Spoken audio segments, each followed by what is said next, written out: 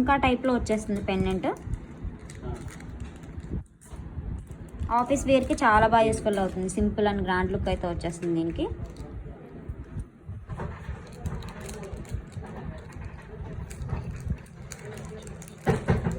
₹395 మాత్రం పడుతుంది దీని కాస్ట్. ఇంట్రెస్ట్ ఉన్న వాళ్ళు స్క్రీన్ షాట్ తీసుకోండి.